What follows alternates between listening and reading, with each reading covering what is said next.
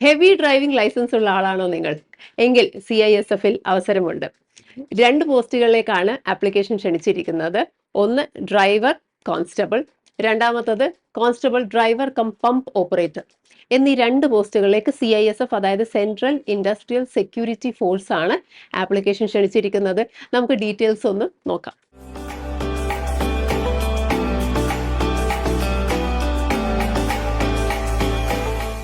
ഇതിന്റെ പേയ്മെന്റ് എത്രയാണ്, ഇതിന്റെ സാലറി എത്രയാണെന്നുള്ളത് നമുക്ക് നോക്കാം. പേ ലെവൽ 3 കാറ്റഗറിയിലാണ്, ലെവൽ 3 കാറ്റഗറിയിലാണ് വരുന്നത്. അപ്പം അങ്ങനെ വരുമ്പം സാലറി ഏത് ലെവലിലാണ് വരുന്നത്, ഏത് ബാൻഡിലാണ് വരുന്നത്? 21,700 21,700 to 69,100 റേഞ്ചിലായിരിക്കും വരുന്നത്. കൂടാതെ യൂഷ്വൽ ആയിട്ടുള്ള അലവൻസസ്, സെൻട്രൽ ഗവൺമെന്റ് എംപ്ലോയീസിന് കിട്ടുന്ന അലവൻസസ് എല്ലാം തന്നെ പ്രൊവൈഡ് ചെയ്യുന്നുണ്ട് ഈ ഒരു പോസ്റ്റിന്. അതേപോലെ തന്നെ പോസ്റ്റുകൾ 2 പറഞ്ഞിട്ടുണ്ടായിരുന്നു. എത്രയാണ് വേക്കൻസീസ്, ടെന്റേറ്റീവ് വേക്കൻസീസ് ആണ്, എത്രയായിരിക്കും എന്നുള്ളത് നമുക്കൊന്ന് നോക്കാം. എന്താണ് പോസ്റ്റ് ഏതാ പറഞ്ഞിരിക്കുന്നത്? കോൺസ്റ്റബിൾ ഡ്രൈവർ ഡയറക്റ്റ് റിക്രൂട്ട്മെന്റ് ആണ്. ടോട്ടൽ വേക്കൻസീസ് 845 ആണ്, 845 ആണ് വേക്കൻസീസ് പറഞ്ഞിരിക്കുന്നത്. ഡ്രൈവർ കം പമ്പ് ഓപ്പറേറ്റർ ആണ്, ഡ്രൈവർ ഫോർ ഫയർ സർവീസസ് ആണ് പറയുന്നത്. അതിന്റെ ടോട്ടൽ വേക്കൻസീസ് 279 ആണ് വരുന്നത്. ഈ ESM എന്ന് പറയുന്നത് എക്സ് സർവീസ് മാൻ ആണ്. അത് ഇതിനകത്ത് അല്ലാതെ സെപ്പറേറ്റ് തന്നെയാണ് ആ വേക്കൻസീസ് വരുന്നത്. ESM എക്സ് സർവീസ്മാന്റെ വേക്കൻസീസ് എന്ന് പറയുന്നത് 113 ആണ്. അപ്പൊ ഇതിനകത്ത് തന്നെ ഓരോ കാറ്റഗറിക്കുള്ള വേക്കൻസീസ് കൊടുത്തിട്ടുണ്ട്. UR category, SC ST OBC അതേപോലെ തന്നെ EWS കാറ്റഗറിയുടെ വേക്കൻസീസ് എല്ലാം തന്നെ കൊടുത്തിട്ടുണ്ട്. സോ ടോട്ടൽ 2 പോസ്റ്റുകളും കൂടിയിട്ട് 1,124 വേക്കൻസീസ് ആണ് പറഞ്ഞിരിക്കുന്നത്. ഇനി നമുക്ക് നോക്കേണ്ട ചില കണ്ടീഷൻസ് ഉണ്ട്, അതൊക്കെ ഏതൊക്കെയാണെന്നുള്ളത് നോക്കാം. ഫസ്റ്റ് വൺ എന്താ പറയുന്നത്? ഓൺലി മെയിൽ കാൻഡിഡേറ്റ്സിന് മാത്രമേ അപ്ലൈ ചെയ്യാൻ പറ്റുള്ളൂ, സ്ത്രീകൾക്ക് ഇതിൽ അപ്ലൈ ചെയ്യാൻ പറ്റില്ല. രണ്ടാമത്തെ കാര്യം ഒന്ന് നോക്കണം, ഇത് ടെമ്പററി പോസ്റ്റ് ആണ്, താൽക്കാലിക നിയമനമാണ് വരുന്നത്. എന്നാലും നോട്ടിഫിക്കേഷനിൽ കറക്റ്റ് ആയിട്ട് പറഞ്ഞിട്ടുണ്ട് likely to be made permanent എന്നുള്ളതാണ്, പെർമനന്റ് ആവാനുള്ള സാധ്യതയുണ്ട് എന്നുള്ളത്. പിന്നെ പോസ്റ്റ് കോമ്പാറ്റ് പോസ്റ്റ് ആണ് എന്ന് കൃത്യമായിട്ട് പറഞ്ഞിട്ടുണ്ട്. CISF എന്ന് പറയുന്നത് സെൻട്രൽ ഇൻഡസ്ട്രിയൽ സെക്യൂരിറ്റി ഫോഴ്സ് ആണ്. Okay, then pensionary benefits, pension ബെനിഫിറ്റ്സും കോൺട്രിബ്യൂട്ടറി പെൻഷൻ സ്കീം അനുസരിച്ചുള്ള പെൻഷൻ ബെനിഫിറ്റ്സും കൂടി ഉണ്ട് എന്ന് പറയുന്നുണ്ട്. പിന്നെ വേറൊരു കാര്യം കൂടി ശ്രദ്ധിക്കുക, അപ്ലൈ ചെയ്യുന്ന സമയത്ത് ഒരു ആപ്ലിക്കേഷൻ മാത്രം അയച്ചാൽ മതി എന്നാണ് പറഞ്ഞിരിക്കുന്നത്. 2 പോസ്റ്റിനും സെപ്പറേറ്റ് ആപ്ലിക്കേഷൻ ആവശ്യമില്ല. 2 പോസ്റ്റ് അപ്ലൈ ചെയ്യാൻ ഉദ്ദേശിക്കുന്ന ഒരു വ്യക്തിയാണെങ്കിൽ ഒരു ആപ്ലിക്കേഷൻ മതി. അതിനകത്ത് തന്നെ 2 പോസ്റ്റിന്റെ പ്രിഫറൻസ് കൊടുത്താൽ മതി എന്ന് പറയുന്നുണ്ട്. അപ്പം ഇവിടെ കാണിക്കുന്നുണ്ട് കറക്റ്റ് ആയിട്ട് എങ്ങനെയാണ് പ്രിഫറൻസ്. കോൺസ്റ്റബിൾ ഡ്രൈവർ ആണ് ഫസ്റ്റ് പ്രിഫറൻസ് എങ്കിൽ അത് വെക്കുക. രണ്ടാമത്തെ പ്രിഫറൻസ് ഡ്രൈവർ, അതേപോലെ തന്നെ പമ്പ് ഓപ്പറേറ്ററിന്റെ ആ ഒരു വേക്കൻസി, ആ ഒരു പ്രിഫറൻസ് കൊടുക്കുക. ഇനി അങ്ങനെയല്ല, തിരിച്ചാണെങ്കിൽ അതുപോലെ ചെയ്യുക. എന്തായാലും ഒരു ആപ്ലിക്കേഷൻ ഫോം മാത്രമേ അയക്കാവൂ എന്ന് കൃത്യമായിട്ട് പറഞ്ഞിട്ടുണ്ട്. 2 പോസ്റ്റിനും കൂടി ഒരെണ്ണം മതി. അപ്പൊ നമുക്ക് ക്രൂഷ്യൽ ഡേറ്റ്സ് നോക്കാം. ഏതാണ് ലാസ്റ്റ് ഡേറ്റ് എന്നുള്ളത്? Last date of online application എന്താ പറയുന്നത്? മാർച്ച് 4-ാം തീയതിയാണ്, 4/3/2025. എപ്പോൾ മുതലാണ് ആപ്ലിക്കേഷൻ ഫോം ഓൺലൈൻ ആപ്ലിക്കേഷൻ തുടങ്ങിയത്? എപ്പോഴാണ്? ഫെബ്രുവരി 3-ാം തീയതിയാണ് ആപ്ലിക്കേഷൻ തുടങ്ങിയിരിക്കുന്നത്. ലാസ്റ്റ് ഡേറ്റ് മാർച്ച് 4-ാം തീയതി വരെ ഉണ്ട്. അത്ര വരെ കാത്തിരിക്കരുത്, അതിന് മുമ്പ് തന്നെ അപ്ലൈ ചെയ്തേക്കണം. ഓക്കെ, ഇനി നമുക്ക് ഏജ് ലിമിറ്റ് നോക്കാം. ഏജ് ലിമിറ്റ് കണക്കാക്കുന്നത് എങ്ങനെയാണ്? ആസ് ഓൺ 4/3/2025 ആണ്. അതായത് മാർച്ച് 4 എന്നുള്ളതാണ് ഏജ് ലിമിറ്റിന് കണക്കാക്കുന്ന ടൈം എന്ന് പറയുന്നത്. ഏജ് എത്രയായിരിക്കണം? ബിറ്റ്വീൻ 21 to 27 ഇയേഴ്സ്, 21-നും 27 വയസ്സിനും ഇടയിലുള്ള, 27 വയസ്സ് വരെയാണ് അവർ കട്ട് ഓഫ് പറയുന്നത്. മെയിൽ ഇന്ത്യൻസ് ആണ് അപ്ലൈ ചെയ്യാൻ പറ്റുന്നത്. അപ്പർ ഏജ് ലിമിറ്റ് റിലാക്സബിൾ ആണ്. 5 ഇയേഴ്സ് ഫോർ SC ST, അതേപോലെ തന്നെ OBCക്ക് ആണെങ്കിൽ 3 വർഷത്തെ റിലാക്സേഷൻ അനുവദിച്ചിട്ടുണ്ട്. നമുക്ക് നോക്കാനുള്ളത് എഡ്യൂക്കേഷണൽ ക്വാളിഫിക്കേഷൻ ആണ്. ഡ്രൈവിംഗ് ലൈസൻസ് വേണമെന്ന് നമ്മൾ ഓൾറെഡി പറഞ്ഞു അല്ലേ? ഹെവി വെഹിക്കിൾ ലൈസൻസ് ആണ് വേണ്ടുന്നത്. എഡ്യൂക്കേഷണൽ ക്വാളിഫിക്കേഷൻ 10th സ്റ്റാൻഡേർഡ് ആണ്, മെട്രിക്കുലേഷൻ പാസ്സായിരിക്കണം എന്നുള്ളത് കൃത്യമായിട്ട് പറയുന്നുണ്ട്. ഡ്രൈവിംഗ് ലൈസൻസിന്റെ കാര്യത്തിൽ കുറച്ച് സ്ട്രിക്റ്റ് ആണ്. കാരണം ഹെവി മോട്ടോർ വെഹിക്കിൾ ലൈസൻസ് അല്ലെങ്കിൽ ട്രാൻസ്പോർട്ട് വെഹിക്കിൾ ലൈസൻസ് പറയുന്നുണ്ട്. രണ്ടാമത്തത് ലൈറ്റ് മോട്ടോർ വെഹിക്കിൾ ലൈസൻസും കൂടി വേണം, LMVയുടെ ഒരു ലൈസൻസും കൂടി വേണം. മൂന്നാമതൊരു ലൈസൻസും കൂടി പറയുന്നുണ്ട്, motor cycle with gear. So gear ഉള്ള മോട്ടോർ ബൈക്കിന്റെ ലൈസൻസും കൂടി പറയുന്നുണ്ട്. അപ്പം ഈ 3 ലൈസൻസ് കയ്യിൽ വെക്കണം. ഇതിലേതെങ്കിലും ഒന്ന് പോരാ, ഇത് 3ഉം ഉണ്ടായിരിക്കണം എന്നുള്ളത് കൃത്യമായിട്ട് പറയുന്നുണ്ട്. വാലിഡ് ഡ്രൈവിംഗ് ലൈസൻസ് ഉണ്ടാവണം എന്ന് പറയുന്നുണ്ട്. ഈ 2 കാര്യങ്ങളും ശ്രദ്ധിക്കുക. അതേപോലെ തന്നെ എക്സ്പീരിയൻസ് പറയുന്നുണ്ട്. അതിൽ എക്സ്പീരിയൻസ് എന്നുള്ളത് 3 വർഷത്തെ എക്സ്പീരിയൻസ് ആണ് പറയുന്നത്. ഡ്രൈവിംഗ് ഹെവി മോട്ടോർ വെഹിക്കിൾ അല്ലെങ്കിൽ ട്രാൻസ്പോർട്ട് വെഹിക്കിൾ അല്ലെങ്കിൽ ലൈറ്റ് മോട്ടോർ വെഹിക്കിൾ അല്ലെങ്കിൽ മോട്ടോർ സൈക്കിൾ വിത്ത് ഗിയർ. ഇതിൽ ഏതെങ്കിലും ഉള്ള ഒരു എക്സ്പീരിയൻസ് വേണമെന്ന് പറയുന്നുണ്ട്. എക്സ്പീരിയൻസിന് സർട്ടിഫിക്കറ്റ് ഒന്നും വേണ്ട. അവർ പറയുന്നത് എന്താണ്, എങ്ങനെയാണ് എക്സ്പീരിയൻസ് കാൽക്കുലേറ്റ് ചെയ്യുന്നത്? ലൈറ്റ് മോട്ടോർ വെഹിക്കിളിന്റെ ലൈസൻസ് എന്നാണോ കിട്ടിയത് അന്ന് മുതലുള്ള 3 വർഷമാണ് കണക്കാക്കുന്നത്. ലൈറ്റ് മോട്ടോർ വെഹിക്കിളിന്റെ ലൈസൻസ് ആണ് അവർ പറയുന്നത്. ട്രാൻസ്പോർട്ട് വെഹിക്കിളിന്റെ ലൈസൻസിന്റെ കാര്യമല്ല പറയുന്നത്. LMVയുടെ ലൈസൻസ് കിട്ടിയിട്ടുള്ള അത് ഒരു 3 വർഷമെങ്കിലും തികഞ്ഞിരിക്കണം എന്നാണ് പറയുന്നത്. അത് ശ്രദ്ധിക്കുക. അതിന്റെ കട്ട് ഓഫ് ഡേറ്റും പറഞ്ഞിട്ടുണ്ട്. അതിന്റെ കട്ട് ഓഫ് ഡേറ്റിന്റെ എക്സ്പീരിയൻസ് കണക്കാക്കുന്നത് മാർച്ച് 4 വരെയുള്ള ഒരു സമയമാണ് കണക്കാക്കുന്നത്. അപ്പം അത് ശ്രദ്ധിക്കുക. സർട്ടിഫിക്കറ്റ് കാണിക്കേണ്ട ആവശ്യമില്ല, നമ്മുടെ ലൈസൻസ് തന്നെയാണ് നമ്മുടെ certificate. Next one, application fee ഉണ്ടോ എന്ന് ചോദിച്ചാൽ ഉണ്ട്. 100 രൂപയാണ് ആപ്ലിക്കേഷൻ ഫീസ് വരുന്നത്. UR കാറ്റഗറിക്ക്, EWS കാറ്റഗറിക്ക്, അതേപോലെ തന്നെ OBC കാറ്റഗറിക്കാണ് 100 രൂപ ആപ്ലിക്കേഷൻ ഫീ ഉള്ളത്. എന്നാൽ SC ST അതേപോലെ തന്നെ എക്സ് സർവീസ് മെന്നാണെങ്കിൽ ഈ പറയുന്ന ആപ്ലിക്കേഷൻ ഫീ അടക്കേണ്ടതില്ല. ഇനി അടുത്ത കാര്യം നമ്മൾ നോക്കേണ്ടത് എങ്ങനെയാണ് സ്റ്റേജസ് ഓഫ് റിക്രൂട്ട്മെന്റ് എന്നുള്ളത്.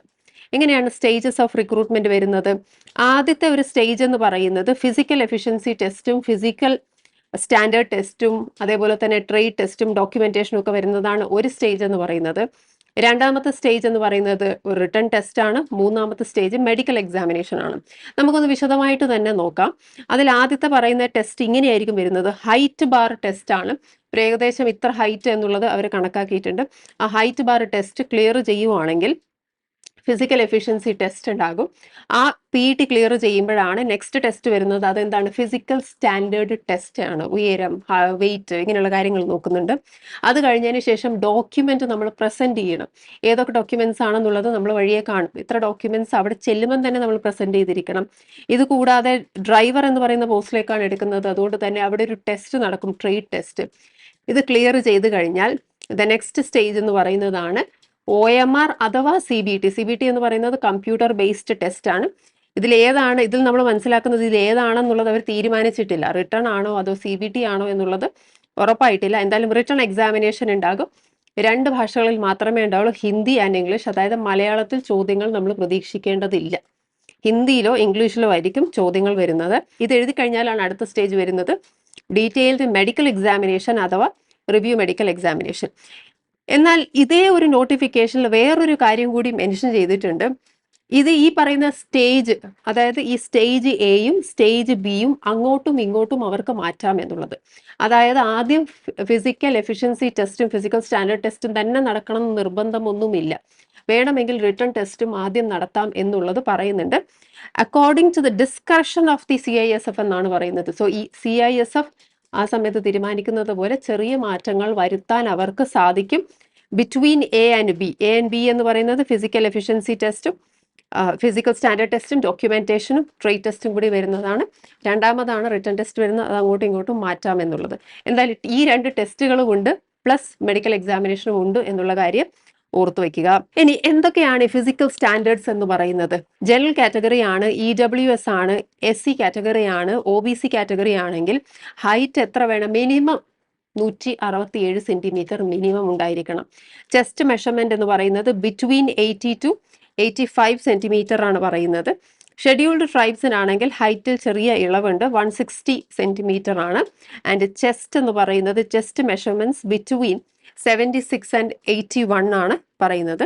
ഇതിൽ ശ്രദ്ധിക്കേണ്ട ഒരു കാര്യം, എക്സ് സർവീസ് മെൻ ആണെങ്കിൽ ടോട്ടൽ റിലാക്സേഷൻ ആണ് ഫിസിക്കൽ സ്റ്റാൻഡേർഡ്സ്. എന്നാലും അവരുടെ ഹൈറ്റും അവരുടെ ചെസ്റ്റ് മെഷർമെന്റ് എന്തായാലും റെക്കോർഡ് ചെയ്യും എന്ന് പറയുന്നുണ്ട്. ബട്ട് അവർക്ക് റിലാക്സേഷൻ ഉണ്ട്. അതാണ് ഫിസിക്കൽ സ്റ്റാൻഡേർഡ്സിന്റെ കേസ്. ഫിസിക്കൽ എഫിഷ്യൻസി ടെസ്റ്റ് പറഞ്ഞിട്ടുണ്ടായിരുന്നു. എന്നാണ് ഈ ഫിസിക്കൽ എഫിഷ്യൻസി ടെസ്റ്റ്? എത്രത്തോളം ഫിസിക്കലി എഫിഷ്യന്റ് ആണെന്നുള്ളതാണ് നോക്കുന്നത്. അതിൽ 3 ഐറ്റംസ് ആണുള്ളത്. ഏതൊക്കെയാണ് 3 ഐറ്റംസ്? 800 മീറ്റേഴ്സ് ഓട്ടം, 800 മീറ്റർ ഓടണം. സമയം പറഞ്ഞിട്ടുണ്ട് 3 മിനിറ്റും 15 സെക്കൻഡുമാണ് സമയം. അടുത്തത് പറയുന്നത് ലോങ് ജമ്പ് ആണ്.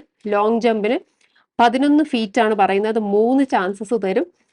ആ 3 ചാൻസസിൽ നമ്മൾ ഈ 11 ഫീറ്റ് എന്ന് പറയുന്ന ആ ഒരു ലെങ്ത് കവർ ചെയ്തിരിക്കണം. ഹൈ ജമ്പ് ആണെങ്കിൽ 3 feet 6 inches ആണ് പാരാമീറ്റർ എന്ന് പറയുന്നത്. മിനിമം അത് കവർ ചെയ്യണം. വീണ്ടും 3 ചാൻസസ് പ്രൊവൈഡ് ചെയ്യും. ഇനി ഇതിൽ ഏതെങ്കിലും ഒന്ന് പാസ്സായാൽ മതിയോ? അല്ല, അങ്ങനെയല്ല പറയുന്നത്. 3 കൃത്യമായിട്ട് തന്നെ നമ്മൾ ക്വാളിഫൈ ചെയ്യണം എന്ന് പറയുന്നുണ്ട്. If a candidate fails to qualify in any of the 3 events, ഇതിൽ ഏതെങ്കിലും ഒന്നിൽ ഡിസ്ക്വാളിഫൈ ചെയ്താൽ നിങ്ങൾ റിജക്റ്റ് ചെയ്യും എന്ന് ഇതിനകത്ത് കൃത്യമായിട്ട് പറഞ്ഞിട്ടുണ്ട്. So the rejection slip will be given എന്നാണ് പറഞ്ഞിരിക്കുന്നത്. സോ ഈ 3 ഐറ്റമും നമ്മൾ ക്ലിയർ ചെയ്തിരിക്കണം. ഏതിലാണ്? ഫിസിക്കൽ എഫിഷ്യൻസി ടെസ്റ്റിൽ. ഇനി ഇത് കഴിഞ്ഞാലാണ് ഡോക്യുമെന്റേഷൻ വരുന്നത്. ഡോക്യുമെന്റേഷൻ സമയത്ത് എന്തൊക്കെ കാര്യങ്ങൾ നമ്മുടെ കയ്യിൽ ഉണ്ടായിരിക്കണം? ഒന്നെന്ന് പറയുന്നത് എഡ്യൂക്കേഷണൽ ക്വാളിഫിക്കേഷൻ തെളിയിക്കുന്ന സർട്ടിഫിക്കറ്റ് നമ്മുടെ കൈവശം വെക്കണം. അടുത്തത് ഡേറ്റ് ഓഫ് ബർത്തിന്റെ ഒരു സർട്ടിഫിക്കറ്റ്, അത് നമ്മുടെ മെട്രിക്കുലേഷനിൽ തന്നെ ഡേറ്റ് ഓഫ് ബർത്ത് കൊടുത്തിട്ടുണ്ട്. Matriculation or 10th pass certificate കൈവശം വെച്ചിരിക്കണം. വാലിഡ് ഹെവി മോട്ടോർ വെഹിക്കിൾ അല്ലെങ്കിൽ ട്രാൻസ്പോർട്ട് ലൈസൻസ് ഉണ്ടായിരിക്കണം. ലൈറ്റ് മോട്ടോർ വെഹിക്കിളിന്റെ ഒരു ലൈസൻസ് ഉണ്ടാവണം. മോട്ടോർ സൈക്കിൾ വിത്ത് ഗിയറിന്റെ ഒരു ഡ്രൈവിംഗ് ലൈസൻസ് ഉണ്ടായിരിക്കണം. അതായത് നമ്മൾ നേരത്തെ പറഞ്ഞ 3 ലൈസൻസും കൈവശം വെച്ചിരിക്കണം. ഇനി അതേപോലെ തന്നെ SC ST OBC അല്ലെങ്കിൽ EWSന്റെ ക്ലെയിംസ് ഡിമാൻഡ് ചെയ്യുന്നുണ്ടെങ്കിൽ അതിന്റെ സർട്ടിഫിക്കറ്റും അവിടെ വെച്ചിരിക്കണം. Caste certificates should be in the prescribed manner. So ഇവർ പറഞ്ഞിരിക്കുന്ന ഏത് രീതിയിലാണോ ആ രീതിയിൽ വേണം കാസ്റ്റ് സർട്ടിഫിക്കറ്റ് നമ്മൾ കൊടുക്കാനായിട്ട്. ഇതൊന്നും കൂടാതെ 4 പാസ്പോർട്ട് സൈസ് റീസെന്റ് ഫോട്ടോഗ്രാഫ്, അപ്പം 4 ഫോട്ടോസ് പാസ്പോർട്ട് സൈസ് ആയിരിക്കണം, 4 കൈവശം വെച്ചിരിക്കണം. ആ ഫോട്ടോയിൽ എന്ത് പതിച്ചിരിക്കണം എന്നാണ് പറഞ്ഞിരിക്കുന്നത്? The date of photograph. അപ്പൊ അതിനകത്ത് കൃത്യമായിട്ട് പറയുന്നുണ്ട് not more than 3 months old, അതായത് വളരെ റീസെന്റ് ആയിട്ടുള്ള ഒരു ഫോട്ടോഗ്രാഫ് ഒന്നല്ല 4 കൈവശം വെച്ചിരിക്കണം. In addition to the original certificate the candidate will also bring 1 set of self attested copy. ഇതൊന്നും കൂടാതെ ഒറിജിനൽ സർട്ടിഫിക്കറ്റ്സ് കൂടാതെ 1 copy self attested photo copy of education, age proof, caste, driving licence, ഇങ്ങനെയുള്ള കാര്യങ്ങളെല്ലാം കൈവശം വെച്ചിരിക്കണം. ഇനി അടുത്ത പറയുന്ന കാര്യം എന്താണ്? The candidate must bring photo bearing ID proof. So photo ഉള്ള ID proof like Aadhaar card അല്ലെങ്കിൽ എന്താണ് പാൻ കാർഡ്, ഡ്രൈവിംഗ് ലൈസൻസ്, ഇതൊക്കെ ഏതെങ്കിലും ഒരെണ്ണം കയ്യിൽ വെച്ചിരിക്കണം. സോ ഇത്രയും കാര്യങ്ങളാണ് മിനിമം ഡോക്യുമെന്റേഷന്റെ സമയത്ത് മിനിമം കയ്യിൽ വെച്ചിരിക്കണം. അവർ ചോദിക്കുമ്പോൾ ഇത് പ്രൊഡ്യൂസ് ചെയ്യണം. ഇത് കഴിഞ്ഞതിന് ശേഷമാണ് ട്രേഡ് ടെസ്റ്റ് വരുന്നത്. ട്രേഡ് ടെസ്റ്റ് എന്ന് പറയുന്നത് ഡ്രൈവിംഗ് ടെസ്റ്റ് ആണ്. So driving test for light vehicle, driving test for heavy vehicle, ഓരോന്നിനും മാർക്സും പറഞ്ഞിട്ടുണ്ട്. ടോട്ടൽ മാർക്സ് 50 മാർക്സ് ആണ്. അതിൽ ക്വാളിഫയിങ് മാർക്ക് 25 ആണ്. മിനിമം 25 കിട്ടിയിരിക്കണം. അതിൽ കൂടുതൽ മാർക്ക് കിട്ടുന്നത് കൊണ്ട് കയറാൻ ചാൻസ് ഉണ്ട് എന്നുള്ളൊരു കോൺസെപ്റ്റ് ഒന്നുമില്ല. ക്വാളിഫൈ ചെയ്തിരിക്കണം എന്നാണ് പറയുന്നത്. മൂന്നാമതൊരു ടെസ്റ്റും കൂടിയുണ്ട്. അത് ഡ്രൈവ് ചെയ്യുക എന്നുള്ളത് അല്ല, മോട്ടോർ മെക്കാനിസം അറിഞ്ഞിരിക്കണം. ചെറിയ റിപ്പയർ ഒക്കെ ചെയ്യാൻ പറ്റിയിരിക്കണം എന്നുള്ളതാണ്. അതൊരു 30 മാർക്സ് ആണ്. അതിന്റെ ക്വാളിഫയിങ് അതിന്റെ പകുതി 15 മാർക്കാണ് പറഞ്ഞിരിക്കുന്നത്. അപ്പൊ ഇതിൽ ശ്രദ്ധിക്കണം, ആ നോട്ട് ഒന്ന് നോക്കുക. The marks obtained in trade test would not determine the merit position. അപ്പം ഇതിനകത്ത് ഇവിടെ ഈ ഒരു ടെസ്റ്റിൽ എത്ര മാർക്സ് കിട്ടിയോ അത് മെറിറ്റ് പൊസിഷനെ ഒരിക്കലും ഡിറ്റർമിൻ ചെയ്യുന്നില്ല. കാരണം ഇത് ക്വാളിഫയിങ് മാത്രമാണ്. ഇതൊന്ന് ക്ലിയർ ചെയ്താൽ മതി. അതായത് അവർ പറഞ്ഞിരിക്കുന്ന ആ മാർക്സ് നിങ്ങൾക്ക് കിട്ടിക്കഴിഞ്ഞാൽ ഈ ട്രേഡ് ടെസ്റ്റ് ക്ലിയർ ചെയ്തു. ഇനി നമുക്ക് റിട്ടേൺ ടെസ്റ്റ് OMR അഥവാ CBTയിൽ എന്തൊക്കെയാണ്, എങ്ങനെയാണ് ചോദ്യങ്ങൾ വരുന്നത് നോക്കാം. 100 ചോദ്യങ്ങളാണ് വരുന്നത്. മാർക്സ് എത്രയാണ്? 100 മാർക്സ് ആണ്. മാക്സിമം മാർക്സ് 100 ആണ്. And level of question paper എന്ന് പറയുന്നത് 10th സ്റ്റാൻഡേർഡ് ലെവലുള്ള ഒരു ക്വസ്റ്റ്യൻ പേപ്പർ ആണ്. ഇതിൽ 5 ഭാഗങ്ങളായിട്ടാണ് ഡിവൈഡ് ചെയ്തിരിക്കുന്നത്. പാർട്ട് ABCDE എന്ന കണക്കിനാണ്. എന്തൊക്കെയാണ് ചോദിക്കുന്നത്? ജനറൽ നോളജ് ഉണ്ട്, എലിമെന്ററി മാത്തമാറ്റിക്സ് ഉണ്ട്, ബേസിക് മാത്സ് മാത്രമേ ചോദിക്കുള്ളൂ. ഒരു അനാലിറ്റിക്കൽ ആപ്റ്റിറ്റ്യൂഡ് എന്ന് പറയുന്ന ഒരു ചെറിയൊരു ടോപ്പിക് ഉണ്ട്. Ability to observe and distinguish, observe ചെയ്യാനും അതേപോലെ തന്നെ ഡിസ്റ്റിങ്വിഷ് ചെയ്യാനും വ്യത്യാസം കണ്ടുപിടിക്കാനും ഒക്കെ അറിഞ്ഞിരിക്കുന്ന ഒരു ടെസ്റ്റ്. പിന്നെ basic knowledge of English and Hindi. ഇതെല്ലാം ശ്രദ്ധിക്കുക. ഇതെല്ലാം ഒബ്ജക്റ്റീവ് ടൈപ്പ് ആണ്. അതായത് MCQ പോലെയുള്ള ക്വസ്റ്റ്യൻസ് ആയിരിക്കും വരുന്നത്. ഓരോ പാർട്ടിൽ നിന്നും നമുക്ക് 20 ചോദ്യങ്ങളാണുള്ളത്. 20 ക്വസ്റ്റ്യൻസ് ഈച്ച് ഓരോ പാർട്ടിൽ നിന്നും വരുന്നത്. ആൻഡ് ഓരോ പാർട്ടിനും 20 മാർക്കാണ് വന്നിരിക്കുന്നത്. അങ്ങനെ വരുമ്പം ചോദ്യങ്ങൾ 100, മാർക്സ് എത്രയാണ് വരുന്നത്? 100 മാർക്സാണ്. സമയം ഒരുപാടുണ്ട്, 120 മിനിറ്റ് ആണ്. സോ ദാറ്റ് മീൻസ് എത്ര? 2 മണിക്കൂർ സമയം നമുക്ക് ഈ 100 ചോദ്യത്തിന് കിട്ടുന്നുണ്ട്. അപ്പം ഇതിൽ കൃത്യമായിട്ട് പറയുന്നത് ഒബ്ജക്റ്റീവ് മൾട്ടിപ്പിൾ ചോയ്സ് ക്വസ്റ്റ്യൻ ആണ്. ഇംഗ്ലീഷും ഹിന്ദിയും ലാംഗ്വേജിലും മാത്രമേ ഉള്ളൂ. അപ്പം നമുക്ക് ഏത് ഭാഷയിലാണോ അത് വായിക്കാൻ പറ്റുന്നത് ആ ഭാഷയിൽ അത് വായിക്കുക. OMR കമ്പ്യൂട്ടർ ബേസ്ഡ് OMR ആയിരിക്കും, കമ്പ്യൂട്ടർ ബേസ്ഡ് ആയിരിക്കും എന്നാണ് പറയുന്നത്. ഇതിൽ ഏതാണെന്നുള്ളത് ക്ലിയർ ആയിട്ടില്ല എന്തായാലും. And there shall be no negative marking. So ഇതിന് നെഗറ്റീവ് മാർക്സ് ഒന്നുമില്ല. അപ്പോൾ തന്നെ നമുക്ക് എല്ലാ ക്വസ്റ്റ്യനും ആൻസർ ചെയ്യാൻ പറ്റും. ഇതാണ് റിട്ടൺ ടെസ്റ്റ്. സോ ഈ സ്റ്റേജ് കഴിഞ്ഞാൽ ഇനി അടുത്ത വരുന്നത് മെഡിക്കൽ സ്റ്റാൻഡേർഡ്സ് ആണ്. ഇത് കൃത്യമായിട്ട് നോക്കണം മെഡിക്കൽ സ്റ്റാൻഡേർഡ്സ്. കാരണം ഇതിൽ പറഞ്ഞിരിക്കേണ്ട ഒന്ന് വെയിറ്റ് ആണ്. മെഡിക്കൽ സ്റ്റാൻഡേർഡ്സിൽ നോക്കുന്നത് വെയിറ്റ് ആണ്. ഹൈറ്റിനും അതേപോലെ തന്നെ പ്രായത്തിനും അനുസരിച്ചുള്ള വെയിറ്റ് ഉണ്ടോ എന്നുള്ളതാണ് നോക്കുന്നത്. വെയിറ്റ് റെക്കോർഡ് ചെയ്യും, ഫിസിക്കൽ മെഷർമെന്റ്സിന്റെ സമയത്ത് റെക്കോർഡ് ചെയ്യുമെങ്കിലും മെഡിക്കലിന്റെ സമയത്താണ് അത് നോക്കുന്നത്. ഹൈറ്റിന് ആനുപാതികമായിട്ടുള്ള വെയിറ്റും അതേപോലെ പ്രായത്തിന് ആനുപാതികമായിട്ടുള്ള വെയിറ്റും ഉണ്ടോ, ഫിറ്റ്നസ് ലെവൽ എന്താണ് എന്നുള്ളത് മെഡിക്കൽ സ്റ്റാൻഡേർഡ്സിന്റെ സമയത്താണ് നോക്കുന്നത്. മറ്റൊരു കാര്യം കൂടി ശ്രദ്ധിക്കുക, the candidate must not have knock knees, അതായത് കാൽമുട്ടുകൾ കൂട്ടിമുട്ടാൻ പാടില്ല. ഫ്ലാറ്റ് ഫൂട്ട് ഫ്ലാറ്റ് ആവാൻ പാടില്ല. വെരിക്കോസ് വെയിനോ അല്ലെങ്കിൽ കണ്ണിന് സ്ക്വിൻറ്റ് ഐസോ ഒന്നും തന്നെ പാടില്ല എന്ന് പറയുന്നുണ്ട്. അതേപോലെ തന്നെ good mental and bodily health ഉണ്ടായിരിക്കണം. ഫിസിക്കൽ ഡിഫക്റ്റ് ഒന്നും തന്നെ പാടില്ല എന്നുള്ളത് കൃത്യമായിട്ട് പറയുന്നുണ്ട്. കാരണം ഫിസിക്കൽ ഡിഫക്റ്റ് എന്തെങ്കിലും ഉണ്ടെങ്കിൽ ഡ്യൂട്ടിയിലെ പെർഫോമൻസിനെ അത് ബാധിക്കും എന്നുള്ളതുകൊണ്ടാണ്. അതേപോലെ ടാറ്റുയുടെ കാര്യത്തിലും ഇവിടെ പറയുന്നുണ്ട്. അപ്പോൾ ടാറ്റു കുത്തിയിട്ടുള്ളവരാണെങ്കിൽ ഒന്ന് ശ്രദ്ധിക്കുക. ആ ടാറ്റുവിൻ്റെ കോണ്ടന്റിനെ കുറിച്ച് അവർ പറയുന്നുണ്ട്. എവിടെയൊക്കെ പറ്റും ലൊക്കേഷൻ, ഈവൻ സൈസ് എത്രയാണ് എന്നുള്ള കാര്യങ്ങളും കൂടി അതിനകത്ത് മെൻഷൻ ചെയ്തിട്ടുണ്ട്. ഇനി മെഡിക്കൽ സ്റ്റാൻഡേർഡ്സിൽ വളരെ ഇമ്പോർട്ടൻ്റ് ആണ് ഐസൈറ്റ് എന്ന് പറയുന്നത്. അതിൻ്റെ അക്വിറ്റി എന്ന് പറയുന്നത്, വിഷ്വൽ അക്വിറ്റി എല്ലാം 6/6 ആണ് പറയുന്നത്. Refraction, colour vision, binocular vision ഒക്കെ വേണം എന്ന് പറയുന്നുണ്ട്. അപ്പോൾ ഇതൊക്കെ ഒന്ന് ചെക്ക് ചെയ്തിട്ട് വേണം ഇതൊന്ന് അപ്ലൈ ചെയ്യാനായിട്ട്. ഇനി മറ്റ് കണ്ടീഷൻസും കൂടി ഒന്ന് ശ്രദ്ധിക്കുക. ഈ എക്സാം എന്ന് പറയുന്നത് ഒരുപാട് സ്റ്റേജസ് ഉണ്ട് അല്ലേ? അപ്പം ഈ എക്സാം ഓരോ ദിവസമായിരിക്കുമോ എന്നുള്ളൊരു ചോദ്യം ഉണ്ടാകും. അതിനകത്ത് അവർ കൃത്യമായിട്ട് പറയുന്നുണ്ട് ഒറ്റ ഒരു സമയത്തായിരിക്കും ഇത് നടക്കുന്നത്. കാരണം candidates should come duly prepared for 2-3 days. അതായത് 2-3 ദിവസത്തേക്ക് ഒരുമിച്ചായിട്ട് എക്സാം നടക്കും, ഒരുമിച്ചായിരിക്കും എക്സാം നടക്കുന്നത്. അതുകൊണ്ട് തന്നെ 2-3 ദിവസത്തേക്ക് പ്രിപ്പയർഡ് ആയിട്ട് വരിക എന്നുള്ളതാണ് CISFന്റെ നോട്ടിഫിക്കേഷനിൽ പറഞ്ഞിരിക്കുന്നത്. എന്ന് മാത്രമല്ല 2-3 ദിവസം നിങ്ങൾ തന്നെ അറേഞ്ച് ചെയ്യുക നിങ്ങളുടെ സ്റ്റേ ഒക്കെ.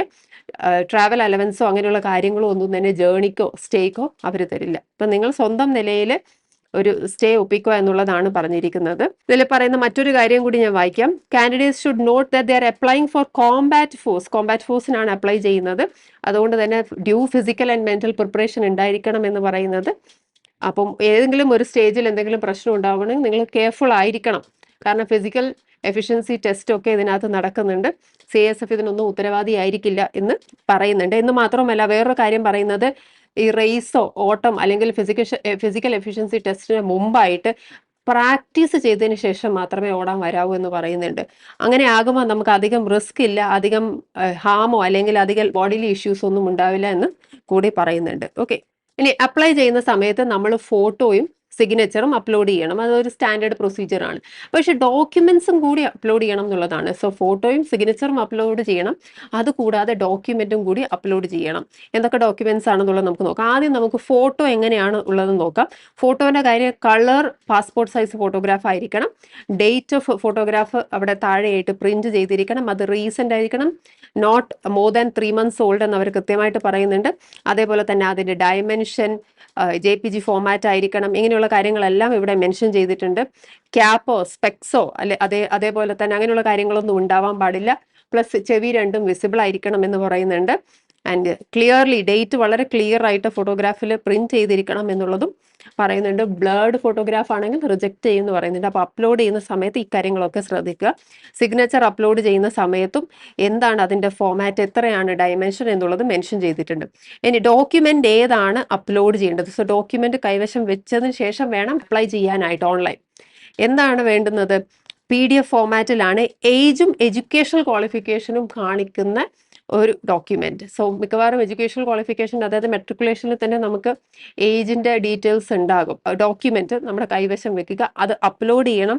And it should not be more than 1 MB എന്നാണ് പറയുന്നത്. അപ്പോൾ സൈസും കൂടി ഒന്ന് നോക്കി വെക്കുക. സ്കാൻഡ് കോപ്പിയാണ് അപ്ലോഡ് ചെയ്യേണ്ടത്. ഏത് വെബ്സൈറ്റിലാണ് നമുക്ക് ഈ CISFന്റെ ഓൺലൈൻ ആപ്ലിക്കേഷൻ കിട്ടുന്നത്, അതേപോലെ തന്നെ അഡ്മിറ്റ് കാർഡ് എവിടെയാണ് നോക്കേണ്ടത്, ഫൈനൽ റിസൾട്ട് എവിടെയാണ് നോക്കേണ്ടത് എന്നുള്ള കാര്യത്തിനെല്ലാം നമ്മൾ റെഫർ ചെയ്യേണ്ട വെബ്സൈറ്റ് എന്ന് പറയുന്നത് ഇതാണ്. CISFRECTT.CISF.gov.in.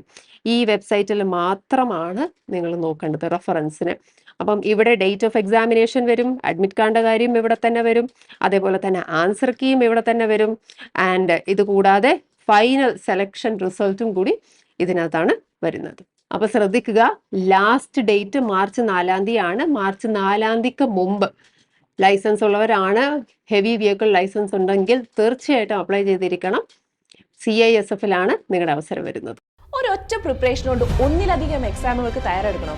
വരൂ, ഡോട്ട്സ് അക്കാഡമിയുടെ ഭാഗമാകും. SSC PSC combo, SSC bank combo, exclusive SSC, exclusive bank എന്നീ കോച്ചിങ്ങുകൾക്ക് തിരുവനന്തപുരത്തും കൊല്ലത്തും ബാച്ചുകൾ. നിങ്ങളുടെ വീടിന്റെയും ജോലി സ്ഥലത്തിന്റെയും സൗകര്യത്തിൽ നിന്ന് പഠിക്കാൻ ഓൺലൈൻ ബാച്ചുകൾ. അപ്പൊ ഇനി എന്തിനു കാത്തിരിക്കണം? വരൂ ഡോട്ട്സ് അക്കാഡമിയിലേക്ക്. For more details contact